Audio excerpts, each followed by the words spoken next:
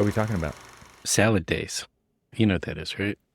No, go ahead and tell me. So, You're talking about the movie, there's the movie, the yes, documentary. but salad days, as it is stated in Google, is an idiom that refers to a time of youth, innocence, and pleasure. You know, Where'd it go, and Cormac? Where'd it go? that's true. So that's the question. Where did it go? That's the I've been question. listening to a lot of. I created a playlist that is labeled Salad Days. Oh, nice. That is all the music that I listen to, specifically because the movie that you're referring to, Salad Days, which is about the DC punk scene, and the music that I listen to is from the DC punk scene. I created a playlist called that. And then there's also a song from Minor Threat called Salad Days. Minor Threat is, you should explain to the listeners who don't know. Explain to the listeners who Minor Threat is. First of all, I guess we could just put a link in the show notes. How about that? You don't have to do your rant right now. Because that's how dare you not know? How dare you not know? Well, it was funny as I was I discovered that one of my students is a drummer in a band, and they were getting ready to play a gig. And one of the kids on their team brings in a little Bluetooth speaker, and then each person logs in and listens to whatever. And they're like, if you want to play your music, you can. I'm like, I don't know if you guys want to listen to that. I don't know if you can handle it. Well, I mean, it's not intended to be like me being a snob or anything. Man. It's not It's mostly just the fact that most people, it's not their cup of tea. So I don't subject them to it. So unless they're driving next to me, which then they were like, wow, I didn't realize that the stereo could go up that loud. Because it can. What are you so angry about? It's funny. I think you told me once you would listen to Suicidal Tendencies to settle down. It is honestly the opposite effect of, I don't get angry or upset or anything when I'm listening to it. It's your meditation. When I am angry and upset, I actually listen to that, and it starts to calm me down, which is Brings you back down odd. To the baseline. Yeah, that is odd. That's something going on in the chemistry there. I won't say if it's right or wrong, but True. I mean, I don't think anybody can really discern what is right or wrong going on inside this head, but anyway, so, and then they were just like, oh, well, what do you listen to? I'm like, well, currently I'm listening to a playlist, and I said Salad Days, and they're like, well, what's that? And it was just like, well, it's just mostly DC hardcore punk from the 80s. And oh, what bands? And I started rattling them off, and this one girl reminded me that, Cormac, don't you know that anytime you ask us a question, whether it's like an architect or a music or something like that, that we're not going to know the answer? I'm like, yes. Exactly. You're from a different era, old man. Yes. Yeah. Very much so. Yeah. Somebody was drawing their mechanical, and they had the skin of the building turned off. And so the mechanical was exposed and all of this other stuff. And so I had mentioned to them that famed building in Paris, that one building. The one building that's inside out. Yeah. Exactly. And I asked them, do you know about this? And they're like, no. And I'm like, really? And then they look it up. They're like, oh, whoa, no way. That's pretty amazing. And I'm like, do you know who did that building? And they're just like, I was like, have you heard of Richard Rogers? And they're like, no. I'm like, really? You haven't heard of Richard Rogers? I'm like, have you heard of Renzo Piano? And they're like, yeah, we've heard of Renzo Piano. I was like, I don't really, I was like, it might've been from you talking about them, but I'm like, man, I'm sure you've talked about good old Renzo. Yeah. Well, you have. Yeah. I mean, we're doing a project with him, our second project, I guess, or possibly third project. I can't remember how many projects we've done with him, but if he's doing them in the Baltimore, DC area, we end up being his architect his local partner. People who do the real work. Yes. And then live by the, how you need to stop designing. You need to just start documenting, or you're never going to make your deadline. Yeah, well, that does not exist in the lexicon of Renzo Piano. Don't you know that design takes as long as it takes? That's all there is to it, man. It is. You're right. You're right. It takes as long as it takes.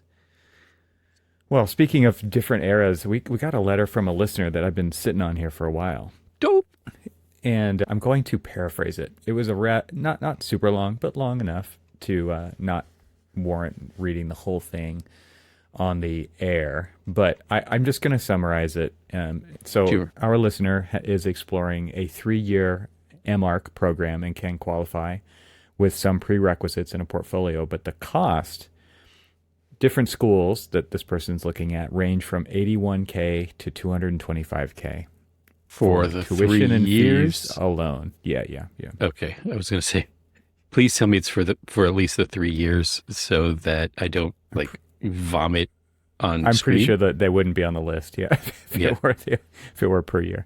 Okay. So how do you finance an education like that when the starting salary of a junior architect is what it is? I mean, let's just, what is the starting salary of a junior architect? And then we'll kind of work backwards and talk about maybe some strategies of how to make this make sense. I don't know. I don't got a better way to frame this at the moment. Here's the funny thing is I'm not sure any of it really makes sense. I see how much you're just right to the end. Well, only skip for all the BS. Yeah, I mean, only for the fact that as a parent that has 2 college-age children that are in college right now, and one is at a local university, but a really good university, but he qualified for a bunch of things, and it's a lot cheaper. And then the other one, who's going still in state, but it's up north in a small school, pays a lot of money and is already 3 years in. It's 50 some odd thousand. Mm-hmm. And it's insane. Like that's I won't say liberal arts degree. He's getting a bachelor's of science in biology and zoology is what he's getting. But still, it's like, how are you going to be able to pay this off? Which goes to other conversations about other things. But starting salary of architects these days, or just entry level, I don't even know anymore, to be quite honest with you. Did you look it up? Hopefully, possibly, maybe. I didn't look it up, but my guess is let's just say $50K, and I think that's generous. Yeah. Would you say that?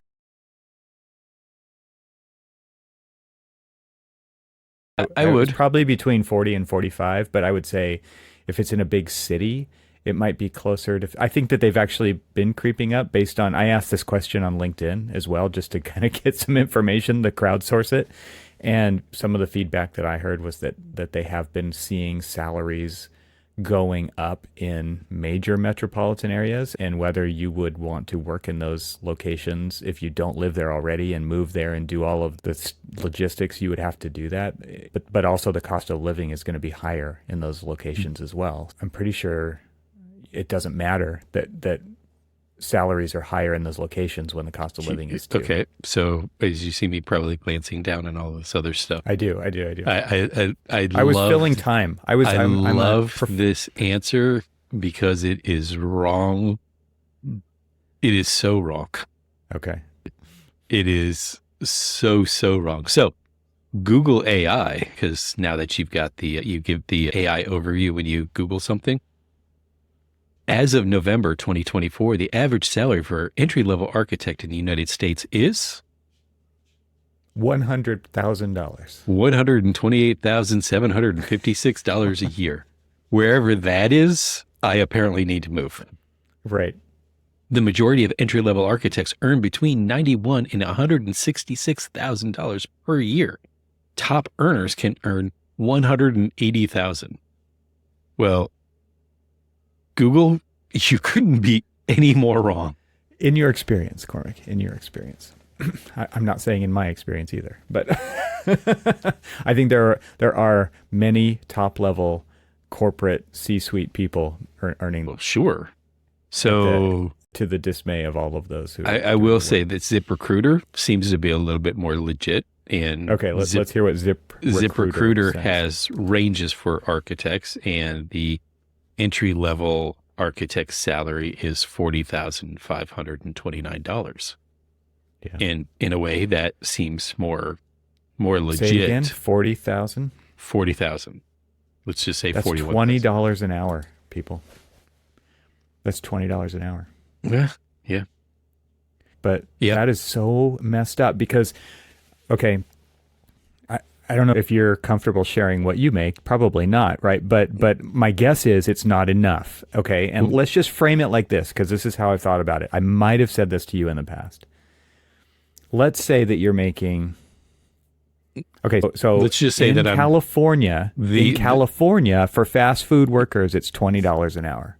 Let's just say when I read that AI summary, I am just barely making the AI salary. Just barely, and how long have you been in the business? 25 years. And would you? Okay, so there's all kinds of things that play into that. It's not like just how long you've been there. It's like how often do you move firms? It's obvious that is a thing that will earn you more money is by moving around, which is ridiculously terrible because you shouldn't have to do that to earn a higher wage. True. Are you an advocate for yourself? Do you push for these things? Is there a clear ladder that you climb? Are there clear goals that you have to achieve or performance things that you have to achieve to get to next levels? None of that exists. None of that exists in most firms, right? In most firms, generalizing a bit, but for the most part, all of that is really opaque, I would have to say. Well, I will say that for the most part, you're right, because I have in multiple firms that I've worked for, I never knew where I was. It's just, okay, you are a project architect or you are a project manager, and that's it. And then you're never really told, okay, is there growth possibilities? Is there promotion possibilities? Are they all these other things? And very rarely did I ever know that. I will say that where I'm at now at Air St. Gross, we actually have essentially, here are your roles and responsibilities for each of those positions. And essentially, you can create a goal that says, okay, here's what I'm supposed to be doing as a project architect. Here's what I'm supposed to be doing as a project manager. If I want to become a project manager, here's how I can advance it. And then we also have the associate, senior associate, associate principal, and principal levels. Now, like corporate designations on top, in addition to your actual job responsibilities. And they have clear defined, these are what we're looking for if you're an associate. Here's what we're looking for, senior associate, and so on. And there are definable goals. And this is the first time in the 25 years that I've been working that I've actually had that kind of defined goal setting of, okay, if I want to be, this is what I need to achieve, master, and be able to advocate, as you were saying, advocate for yourself and advocate for the company, so on and so forth, or have an advocate. And most times, like, firms don't do that. I remember when I was sitting down with a younger architect who was relocating from the office. He was and decided to start job hunting. He was moving out of state. He was job hunting, and he was a senior associate at our firm. And none of the conversations that were ever had with any of the firms that he was interviewing with talked about positions beyond project architect, project manager type thing. And I will say that there are those corporate firms that probably have those structures, but a lot of times you're not working for a corporate firm, or there's less corporate firms like the big ones, the AECOMs, the Smith Groups, the things like that, the big firms that have those kind of corporate structures. Otherwise, you're working with a firm that maybe if it's corporate, and we've used the big old air quotes there, it's going to be somewhere around about like 30, 35, 40 people kind of thing. And that they just say it's S Corp owned by us and you're partnership. Yeah, exactly. Yeah. I mean, so the other thing that I will throw in there is that there are those corporate positions in corporate firms, but there are also a lot of politics. And that may not be only in those firms as well. Like medium-sized firms probably have that as well. And that comes into the equation when it comes to achieving those goals and moving into different titles. Right. There's really weird periods of time between those kinds of elevations on the ladder, right? It's like they seem very random. I mean, usually they're like a minimum of 3 years of from one position to the next, and demonstrating for a pretty long period of time that you are already doing those things for that period, for that whatever that period Right. is, call it a year, before you are even considered to be elevated into the position that you are already responsible for Right. doing the things of that position. Right. And this is because of, this is the way it's always been inside Yeah. of this profession, right? And it's very difficult to justify the low entry wages when you think about this big picture and how much money people are spending on school. School has gotten Right. way more expensive Obscene. than when I was a student, right? I went to a state school. It was so cheap. It was Yes. incredible. And so like super fortunate, privileged, call it whatever you want. Everybody who was in my class was also super fortunate and privileged, right? So it wasn't like I found a loophole. It was close to home. I was paying in-state tuition. It was super cheap. I want to say it cost me like $2,500 a year to go to school, not including materials, right? Architectural model building, all the supply, that cost a lot of money, and that probably didn't count books or anything. But all that was additional expenses. But at the same time, that's crazy cheap compared to what we're talking about nowadays. How much did you just say? I want to say $2,500 a year. 25. That's what I just want to say. I'm kind of. It's been a while, Cormac. So I'm trying to see if it actually has when I could be off by. I'm definitely not off by a factor of 10. Okay, because no, you're okay. So I was like, that sounds very familiar to what I paid. So as a full-time undergraduate in-state student at Auburn for the years that I had started was $2,250. I feel bad even bringing these numbers up because because I just looked at Auburn. So this is in-state, fees, all of that other stuff.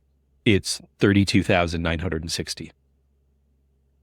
That is obscenely it's a huge jump. Yeah, it's a huge jump per year. Now, like tuition itself, according to this, tuition itself is basically $12,700 and something. And so, if you want to do apples to apples comparison, it's still roughly around a $12,250 jump of just pure tuition in the years of the late 90s to now. And you look at that and you're like, oh, that's not incredibly bad if you talk about inflation and everything else, even though it is incredibly bad. But because you're also layering on all of the other fees and it ending up being the $32,000, I mean, that's still, right. It's insanity that. And so back to your question is like, how can you afford it in kind of like the entry level salaries that you get? It's kind of hard, which is why you have all of the current generation of architecture students or just college students in general who are saying, well, how can I afford my own house and all this other stuff? If I want to live on my own, I've got to have like 15 roommates and all of these other things. And they're not wrong. Yeah. Sadly, they're not wrong. Let's take a short break from the conversation to tell you about today's sponsor. Not long ago, we started hearing about a company helping firm owners build effective remote teams. When we looked into it, we found World Teams, a company that specializes in helping smaller architectural practices set up skilled and reliable remote teams. What struck us most was how they're addressing a critical challenge for small architecture firms, the need to scale teams up or down as workloads change. It's a great way to handle busier periods without the overhead of permanent hires, keeping labor costs manageable. World Teams is designed with this flexibility in mind. They're a lean, high-impact company that connects architecture firms with talented remote professionals, saving the hassle of endless resumes and interviews. Plus, they operate within your time zone and prioritize near-native English speakers, ensuring clear and effective communication with your team members. Their flexible contracts allow firms to adjust team sizes as project demands change. You'll be connected directly with these skilled professionals, building trust and collaboration while reducing operating costs without sacrificing quality, a win for any practice looking to expand intelligently. If you want to hear more about World Teams and how they can help your firm grow, visit worldteams.com/hire-top-talent. That's worldteams.com/hire-top-talent, or you can click the link that we've provided in the show notes. So once again, follow the link in the show notes or go to worldteams.com/hire-top-talent. Thank you to World Teams for helping make this episode possible. And now back to the conversation. And I think about like the idea of taking on student loan debt, right? Like my wife has a lot of student loan debt. She went through a master's in architecture program, and she has an undergraduate program from UCLA, but she went to two pretty inexpensive schools, but it all adds up, right? Yeah. So I want to say it's around $100K in student loan debt that we have. And like, I kind of doubt that that'll even ever get paid off. Like, I don't even know how. Can I go ahead and admit to you that, 25 years into my career, I'm still chipping away at my student. And man, people feel like this super awesome liberation when they make that last payment, but we're not anywhere close to that. And so for somebody who has, this listener says that they've never taken out student loans before, and so that even there, it's like, how do you justify? Well, there's a lot of things you can do to reduce those costs through scholarships. You could seek out scholarships and things like that. But I would also look at completely different paths to licensure than going to school to do it, right? There are states where you don't have to get that degree. You can work for it, basically, right? So I told you the story of my friend in Maryland who had started architecture school, but then had to drop out, had a family early and stuff, and needed to just drop out and work. Ended up working in the profession. Maryland requires that you work under a licensed architect for 10 years. And then you qualify for the path of licensure through apprenticeship, which there's nothing wrong, because he's probably one of the best architects, project managers and architects that I know, because he worked under a multitude of different project managers and principals and things like that, and sort of learned from them the good habits, decided to not learn their bad habits, and basically developed his own style. And people love working with him. And honestly, it's a great path forward. I mean, Isn't that what John Baker from exactly, the thank president you. of NCARB talked about on a recent episode? Yeah. That's how John Baker got his as well. And not only to become a principal at a very large, prestigious firm, but also the president of NCARB, and didn't go the traditional route. So, yeah. I was thinking also back to another. Go ahead. Well, I was just going to ask, how many states offer that? That's one question. But firm-wise, how many firms hire I don't want to use the word uneducated, but non-degreed architects or non-degreed architectural professionals that are on the track for licensure, but decide to go a different route? I mean, very rarely do you see that. They could, and so that's another thing, that there's a stigma behind that as well. I'll tell you, I visited a firm in my locale just to check it out and to meet people. But the idea there, what I heard from them was that they actually hire people who are technically oriented, have no background in architecture at all, train them, and they're doing really well because they really understand the role that they're filling and what they're adding to that firm. And they tend to stay there for quite a long time as well, because you really become kind of a linchpin when you are that person in the firm. Now, you may get pigeonholed to doing that kind of work, so I think there's probably trade-offs there too, but it's still a viable alternative. Agree with you, because I'm thinking about my first internship was with a firm in Montgomery, Alabama, and when I was working with them, I learned under their draftsmen. I learned how to do my job under their draftsmen, and their draftsmen were not registered architects or things like that. I'm sure they probably could have if they wanted to, but they were the ones who were leading all of basically the documentation efforts. Right. And they were the ones they knew their stuff. They were acting as project architects. Yeah, and senior project architects at that. And they were the ones who there was nothing that I honestly learned. I mean, I can't say that. I was going to say there was nothing that I learned from the architects there. I learned plenty from the architects there, but when it came to my technical knowledge and my drafting prowess and all of that other stuff that I was learning from them, I learned from them, like the draftsmen. And we don't even do that anymore. And to be quite honest with you, I don't understand that either. I mean, we've got like high paid architects who are doing production work.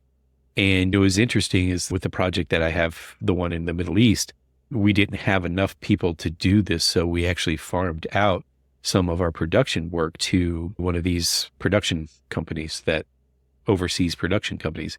And not only were we had an army of people at like just not even half the cost. I mean, less than half the cost of what it was for like one architect could pay for 5 draftsmen. I don't know why we went this way, but anyway. Well, I mean, it just builds on this kind of alternative pathway idea. Yeah. I do want to propose another way to go, and this I'm going back to our conversation with Michael Ehrman, who teaches at Virginia Tech, and part of our conversation with him that I remember was talking about the difference between generalists and specialists, and this was kind of building on a conversation that I had with him on my other podcast where we really talked about that topic specifically. So I'll put notes. I'll put these in the show notes. But I pulled a quote from a conversation with him, and I don't know if you remember Michael's path, but he really went into acoustics, right? He became an acoustician. Yep. He kind of shared that story of working with Raphael Vignoli's, the architect, but also the firm, right? Because he was the one answering the phone that day and having the conversation with him. It was a funny story. Yeah. But so really, I mean, Michael's point of view is on expertise, right? Like to really niche into something. And then because you niche into something, you're the go-to person for that. And you can actually, because you are the go-to expert, then you can actually be more valuable, seen as more valuable. Let's put it that way. Right. Because not everybody has your expertise. There are less experts in that particular thing. And he said, it was freaking awesome to focus on my strength. I'm pretty good at physics, and I wanted to combine physics and architecture, and I became an architectural acoustician. And this was like a really wonderful career. And it opened up so many doors so much earlier than it would have been open to me otherwise.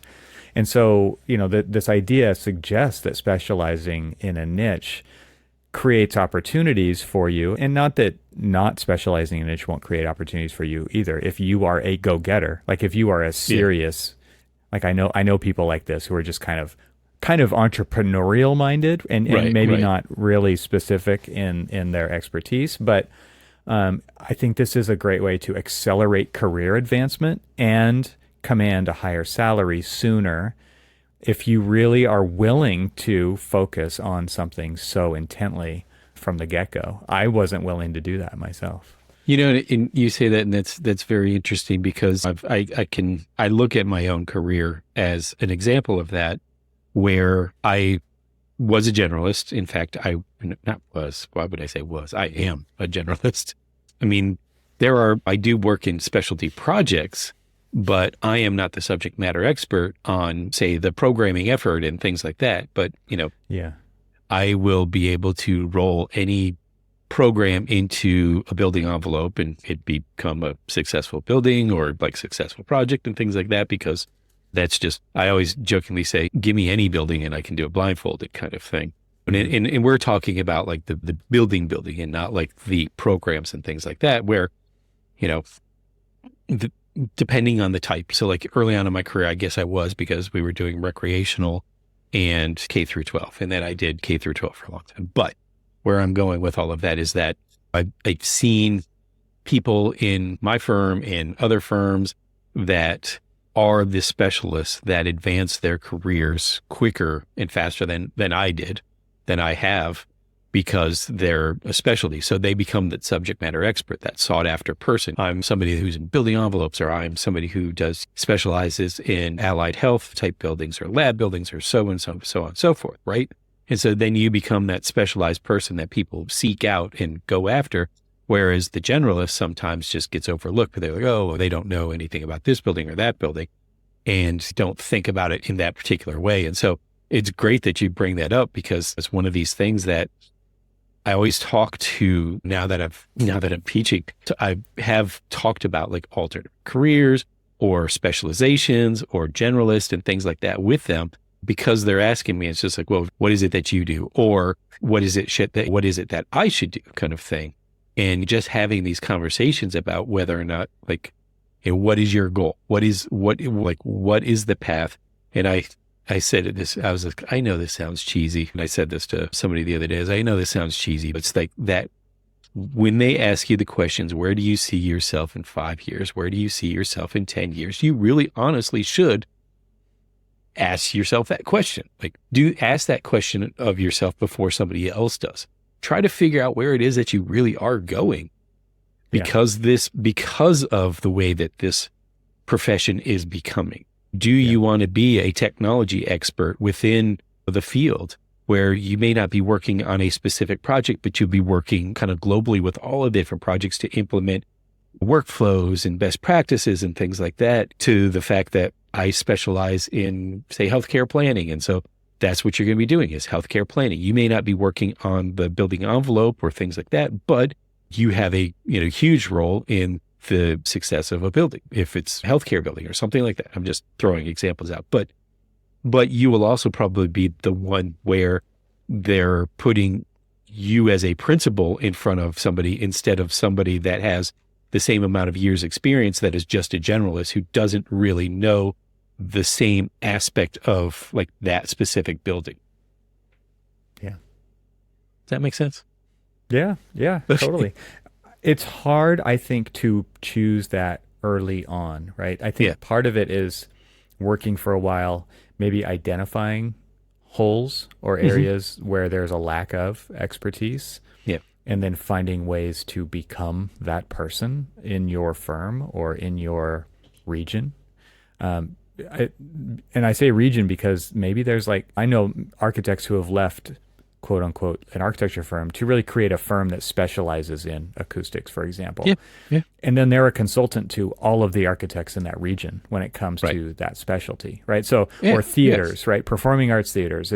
If you want to learn everything there is about theaters and acoustics and rigging and all of those things, right? Then you're going to be working on every other architect's performing arts theaters in that area and beyond, right? So you've worked on projects that have performing arts theaters, and I've worked on projects that have performing arts theaters, and I am not a subject matter expert in performance arts. No, you're a building architect, I'm right? a building architect. And then there's these specialties that you bring in and you learn a lot, and they are invaluable on those projects. Absolutely.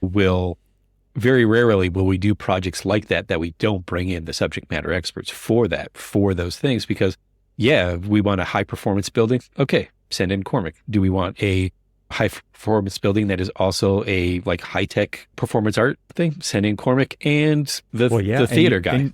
And your reputation's on the line right there, right? Because Exactly. you don't have that deep knowledge in that subject, right? And so, of course, you're going to augment your firm's performance with that so that you can deliver the perfect project, right? Exactly. in air quotes, but that's the idea. Exactly. And that's the thing is and that was the conversation that I was having with them, is thinking about their career as specialties, but not just exactly like the conversation that you were having with Michael. And in fact, I remember the conversation that we were having, and I kind of rolled my eyes at the kind of his shrugging off of the generalist, because he's listening to this, so he's shrugging right back at you. Totally fine, Michael. Totally fine. And it really was about the fact that so many times people kind of discount the roles and responsibilities of the generalist, the one who's the building architect. But in turn, it shouldn't be one of these things there. It's kind of an us against them. It's do you want a successful building? You have to have all of them. And that was one of the things that, in fact, actually, one of the reasons why the conversation came up was because somebody was questioning why we were doing this project as a group project in class. And I basically sat down and I told him, there is no project that you will ever do in your career that you are the one and only responsible person for this. It doesn't matter if you are a sole practitioner. you will have other people that you are going to be working in a group, in a team setting to be able to do. And so if you want a successful building, you have to learn how to work together with people, right? Did And you so take that the temperature in the room when you said that? Like, what was the general response? Was it like, oh yeah, I love working with people on project, or was it like, seriously? oh no, I no, was gonna, it started with the students basically asking that question. And then before I even had a chance to respond, saying, by the way, I hate working in groups and I think it is stupid that we're doing this because we're supposed to be learning architecture. And I'm like, yeah, yes and no. Like, right. like, and then kind of like philosophize about the greater whole of like how you achieve really successful buildings. There's not one single architect that they could identify with or project of that was not done by a group. Yeah. I feel like we've identified like three potential strategies, right? Like the one is don't pursue the traditional path of school to become an architect. You can still Yeah. become an architect in certain locations Yeah. through the apprenticeship model. Yeah. The other option was like find a school that's not like one of these name and lights. It's Yeah. like Yeah. the name recognition of school, like it's marketing. The higher price schools you hear more about because they're spending more money on marketing, right? Yeah. And honestly, like those schools, like I don't know what your experience is, but my experience is like nobody cares what school you went to in the firm. And maybe that's because of the firms I've worked in. It could be, but Yeah. I'm sure there are some firms that it matters a lot to, but there are a lot of firms that don't care at all and they just want good architects. I Right. got to And say then this. Yeah. the third thing Yeah. is specializing, right? Right. To advance, to earn more sooner and potentially have a different set of opportunities in front of you. So I had a friend of mine who worked for a starchitect, and that starchitect was also how the Harvard Graduate School of Design has kind of like the rotating visiting deans and things like that. This particular firm, some of the firm principals were that visiting dean, and so they had a lot of Harvard graduates, on staff. And I remember catching up with him several years later, and he had done a lot of high profile projects and things like that. And I'm like, well, tell me what it's like to work with all of these Harvard grads. And he's just like, I'd love to tell you what it's like to work with Harvard grads. And no offense to the Harvard grads out there right now, but this is his take on this he goes, I would love to tell you what it's like to work with them, but they don't work. So I'm the one doing all of the work. And sorry, not sorry is what I just heard. Sorry, not sorry. But I mean, he was sort of bitter. He's like, man, we've done all of this schooling. We do have a top 10 school and nobody respects us. Everybody thinks that we're just some lowly Southern school. And all of these people with this big name, big money degree comes in and they don't know half of what we know. And I'm teaching them, or I'm showing them, or I'm doing it for them because they're not doing it, those kind of things. And I'm 100% on board with the idea that you just threw out there. It's like, it's honestly, in my opinion, and there's people out there who probably don't agree with this, but I think by the nature of you saying this, and also by the nature of you and I going to lowly state schools, yeah. I truly believe that it is not the degree, it is the person. And if you want to be that hard charging person in the profession, it is not going to be the degree. It is going to be what you are willing to learn in school, what you're willing to learn out of school, and what you're willing to do to promote yourself and be your champion and things like that in the learning and the specialization and the generalization and all of those things, right? It is not the degree. I'll add a little bonus to that, which is, we've talked about this with various guests about this idea of entrepreneurship. I mean, you just talked about if you're willing to work your butt off, you may not want to work your butt off for somebody else. Right. It kind of depends if you want to become a licensed professional or not, right? Yeah. If you do, then you do need to work for somebody for a certain amount of time, and they sign off on your hours for you to get those AXP hours and all those different categories and get the supervised stuff. But I think once you've achieved licensure or registration, right? Then go start your own architecture business with a different business model. So you are not shackled to these salary positions that exist. Totally agree with you. Every time, and you and I have talked about this, in fact, even on one of the episodes, we talked about this, where when we said, what would you do differently if like you started your own firm or something like that? And it was in the vein of like, you were talking about like the software implementation and how it would like change your workflows and it'd be very all of these other things. It would be very different before. Exactly. And those are the things is like, the more that I learn, even to this day, the more that I learn, the more I evolve in the way that I have my own management skills, the way that I do management with people.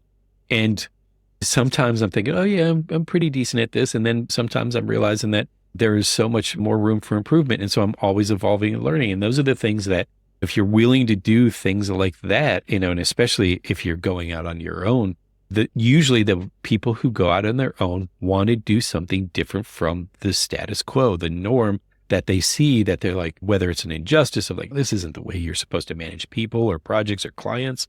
Let's do it this way, And they go out and they become very successful at basically being kind of the punk architect, right? Going back to the beginning of the episode. Going back to the beginning. The salad days. Exactly. You could start a firm called Salad Days. Punk rock architecture. Yeah. I like it. But that is, and to me, it's really about not doing the same thing in a different place. Yeah. It's doing something different. It's doing it differently, bringing something different to the table.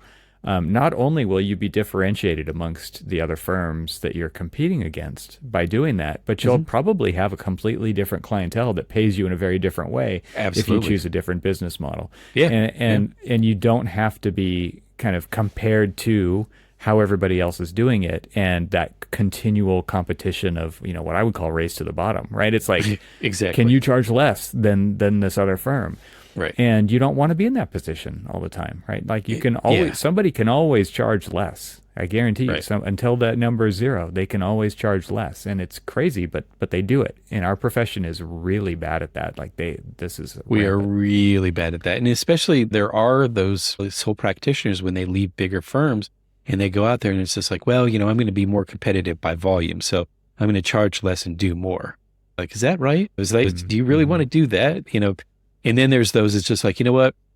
I'm going to do less, but I'm going to innovate more. I'm going to do it completely different than the way that other people have been doing it, just because it doesn't make sense the way that people are doing it.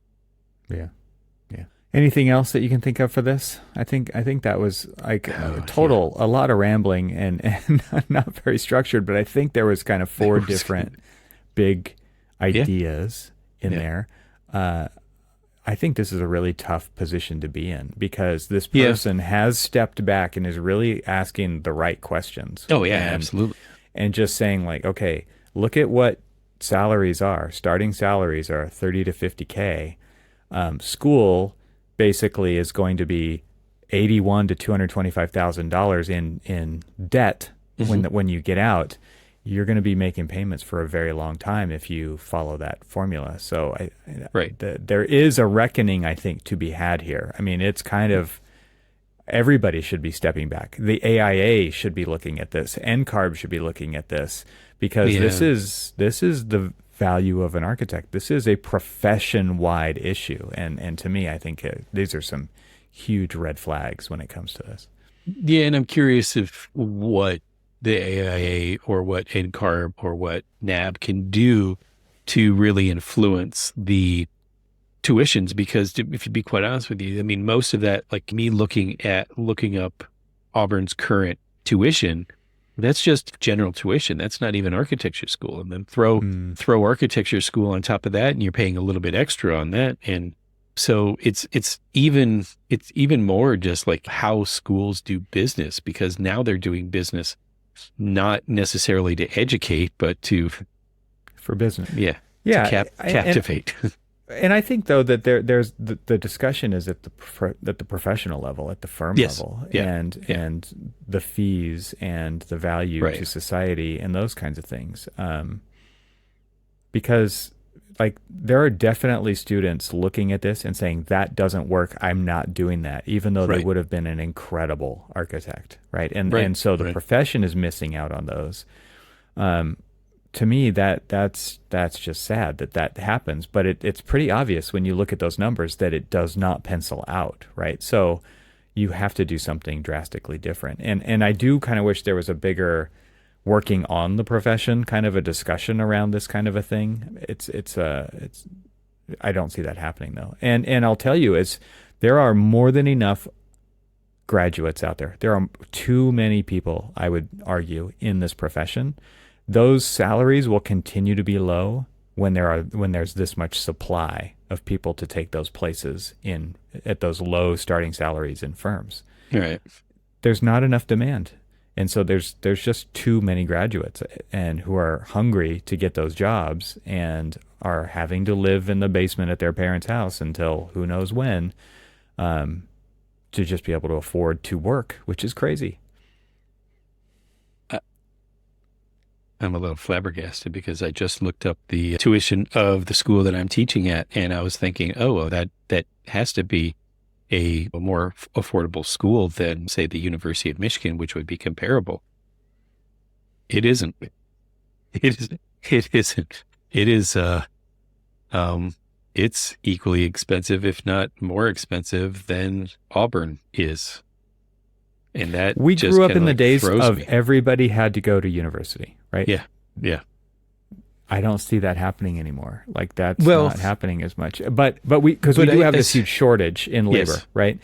And I think it maybe is starting to become a viable alternative to say go to a trade school, go to community college, go to these things, start earning earlier, don't accrue student debt, and at the same time, like there definitely still is this major push to go to become a white collar knowledge worker. But there's still the mindset. So there, like I said, there's the shift in the mindset of the firm and the profession. Let's just say profession, that the tradesman isn't as valued as they were. We are having. Can I just raise my hand here and say, what do you do when you've got a plumbing blockage in your sewer pipe? What do you do? Do you call an architect and ask them to drop some plans of how to fix this, or do you call the person who's actually going to come fix it? Like there's there's like that's just an easy way to pull up an example. I totally agree with you, but I mean, and if you but the think parents about it, aren't pushing people to go into the trades. They're pushing when them to go to when university. you started in this profession and you were working for firms, did those firms have draftsmen? Yes. Do those firms still have draftsmen? Yes, but it's a very small number. And And it's actually mostly what I would call kids, young professionals who are technologically savvy, who don't have experience, but they are building models. They're drawing, but they don't know what they're drawing. Like the people you're talking about is a different category. So here's the thing, because let's think about this. The majority of firms out there in this profession do not have draftsmen in the way that we used to have draftsmen in the past. No. Right. So now we have a college educated, probably deeply in debt individual doing the same things as a draftsman was doing. Yet because of the way that their degree was, it was more focused on a multitude of different things and not specifically about creating technical documents or creating specifications or things like that. And the draftsmen that we had that I learned from, they were so specialized in being able to deliver the just tight, really coordinated documents, knew what they were doing, knew how to use the software, knew how to understand all of the materials and the details and things like that, and just put it together because that was their specialized focus. They spent a lot less money learning how to do that. That was their career. And instead we've said, okay, well, we're going to give that to our young architects, and then our young architects start getting disillusioned in the way that they're being used in the profession because, I'm just going to be doing construction documents. I want to design. I want to do this. I want to do that. I want to do planning. I want to all of these other things that they want to do. And you and I have talked about this so many times about the misuse of us in the profession because of the way that we're either not willing to adopt technology or not willing to adopt different practices and things like that. And that is something that, not only obviously we've been talking about like these different pathways and stuff, but it's just also like trying to create or recreate that old mindset of there are people who specialize in certain things and that you become more efficient when you have all of those specialized people rather than just a series of generalists that weren't really trained for this or that, but sort of got a little bit of smattering of knowledge across the board. It's like being thrown into the deep end, right? Like yeah. Learning on the job. Yeah, for sure. Yeah. Versus being the most experienced person in the room. Exactly. Well, I think we beat this one to death. I do have a bonus content. Ooh. Bonus content. I had a birthday. You did. I am waiting for you to sing. Yeah, you had a birthday. We all have them. Everybody has them. Get over it. Or you totally sound like an architect.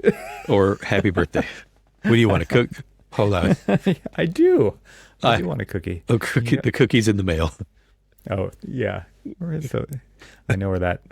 So maybe in a year I'll get a cookie. Maybe in a year or so you might get a cookie. Maybe. You can start calling me a cookie boy.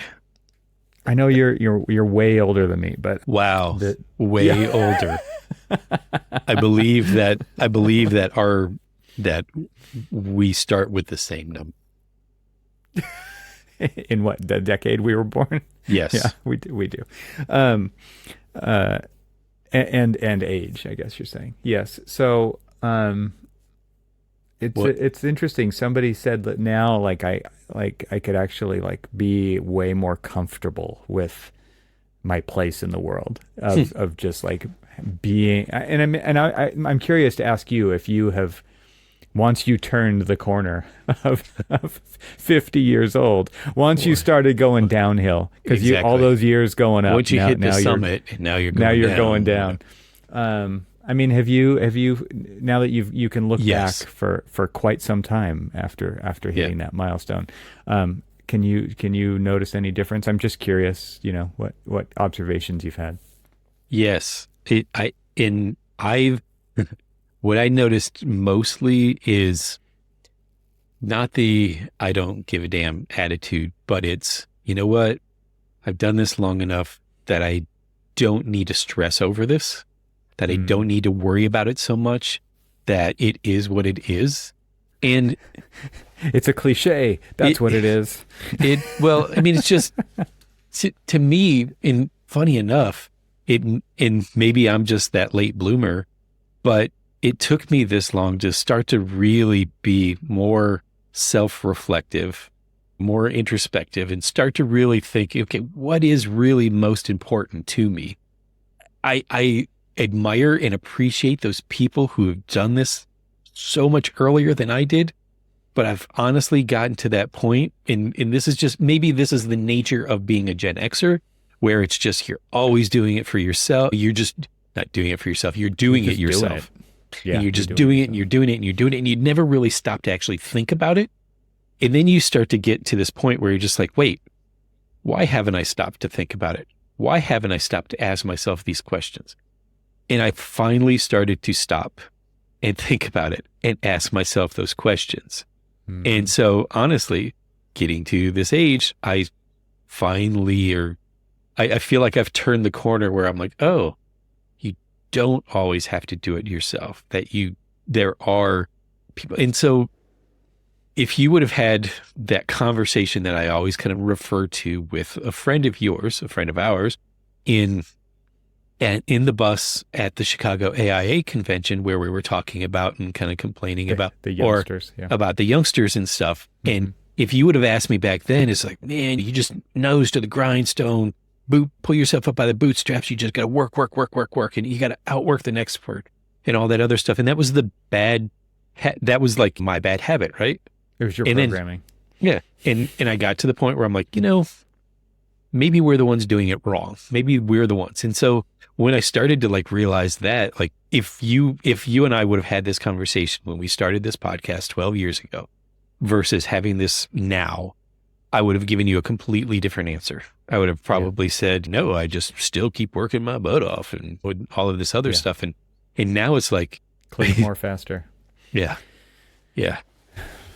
It's interesting. I really do feel like leading up to this, maybe over the last, I would just almost a year, at least the last 9 months. You know, I've had some major events happen in my life. Yeah. And I have a very different perspective, like you are talking about, than I did even a year ago. Yeah. And I'm questioning a lot of things. And I wouldn't call this a midlife crisis. Maybe it is, but it doesn't feel like a crisis to me. First of all, I don't feel the need to go buy a Porsche or anything. But I definitely am reevaluating a lot of things. It's interesting. It's interesting to think about how, like, this to me feels like a turning point, and I don't know where I'm going. Right. And I'm not scared about that. It's fine. But I bring it up just to, I don't know how normal that is. It's probably normal. Like you're saying, like you felt that too. And it is just like, there's a bit of a slowing down, but there's other things that are accelerating. There's other things where I'm like, oh, like I've been doing this wrong. Right. Or I've been doing this. I'm going to do more of this. You know, I just feel like there's just a lot of things where I'm doing that survey that you were doing, right? And thinking about things more deeply rather than just react.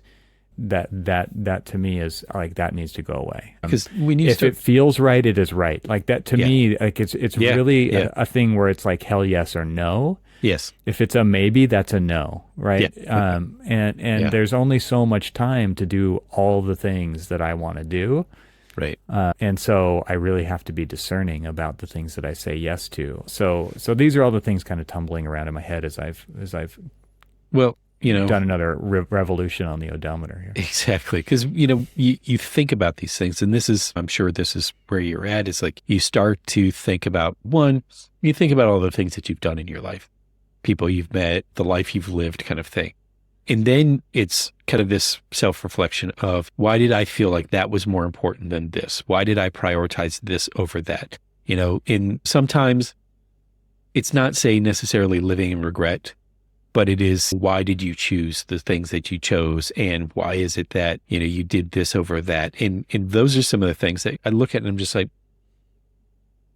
man, was that really as important as it was? Why did I, those kind of things. And I think it's healthy to do that. I mean, it isn't a midlife crisis. Cause again, like you said, I didn't feel like I was in a crisis. I was just starting to say, why did I do some of the things that I did? Like, why did I do choose some of the things that I chose? And just kind of got a little bit more kind of philosophical about it, just to kind of like understand. It's like, so because it's like, is this where I really want to keep going, or do I want to do something different? What is more important?